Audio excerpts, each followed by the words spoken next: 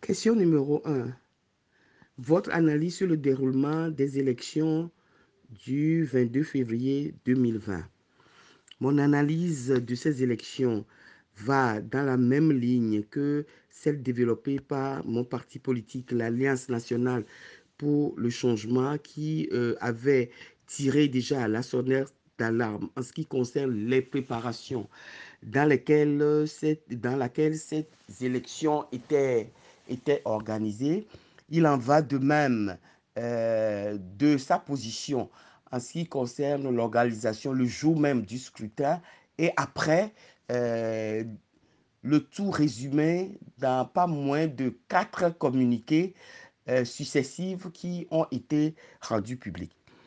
Ces élections ont été organisées dans l'impréparation totale, les réformes électorales pour l'essentiel et d'ailleurs constitutionnelles également n'ayant pas été opérées contrairement à ce que l'opposition togolaise avait toujours sollicité dans les multiples mouvements de réclamation qu'elle a eu à organiser bien avant ces élections-là.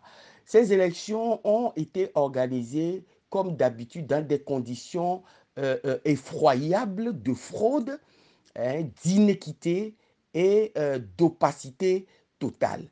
Les fraudes de cette année 2020 ont été, je dirais, multipliées par plus de 10 par rapport aux autres élections qui ont toujours été organisées dans notre pays sous le régime RPT et aujourd'hui le régime RPT uni dans les mêmes conditions de fraude où les résultats sortis des urnes sont scandaleux et où le peuple togolais ne se retrouve jamais dans les résultats donnés par la CENI.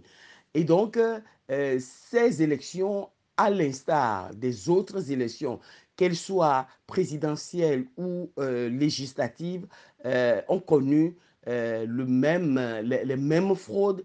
Et la différence par rapport aux autres élections, c'est que cette fois-ci, le Rubicon même dans la fraude et dans les préparations a été franchi. Et donc, on ne peut pas qualifier ce qui s'est passé le 22 février 2020 d'élection. En réalité, ça n'a d'élection que le nom. La fraude ayant tout anéanti. Et donc, on peut dire que c'était un machin qui a été organisé, qui n'a rien à voir avec les élections telles que préconisées par les normes internationales en matière de préparation, d'organisation, d'équité et de transparence.